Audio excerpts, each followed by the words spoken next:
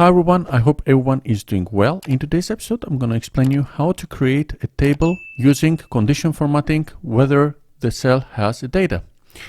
In order to do that, I have created headers of a table which has the client number, name, surname, email, and phone.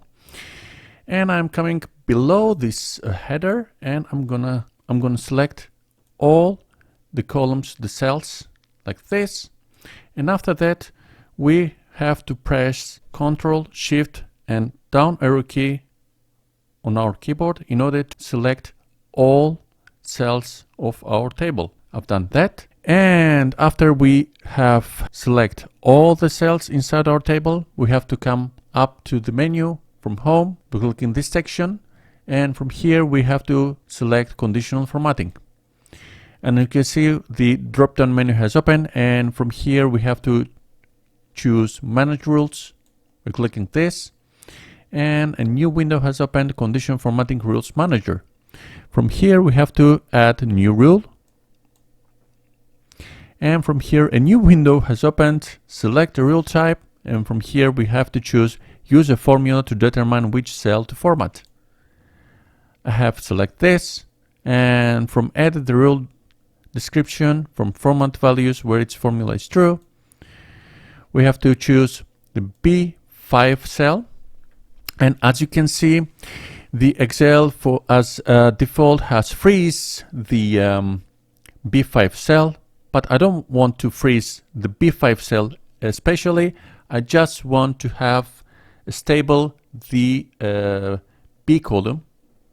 That's why I'm just freezing the B column, just leaving the $sign at the beginning.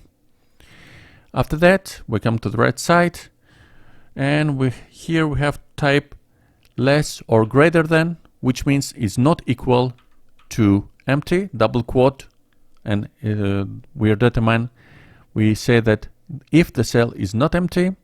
And from the preview, we have to choose the format, and from here we're coming to border, and from border presets we have to use outline, clicking OK once again.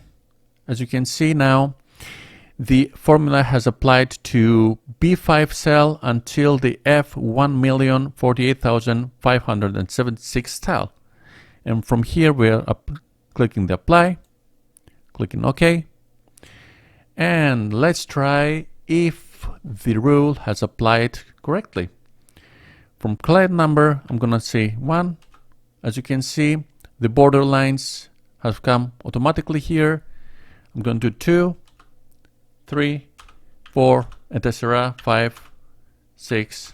As you can see, every section line has come as it is.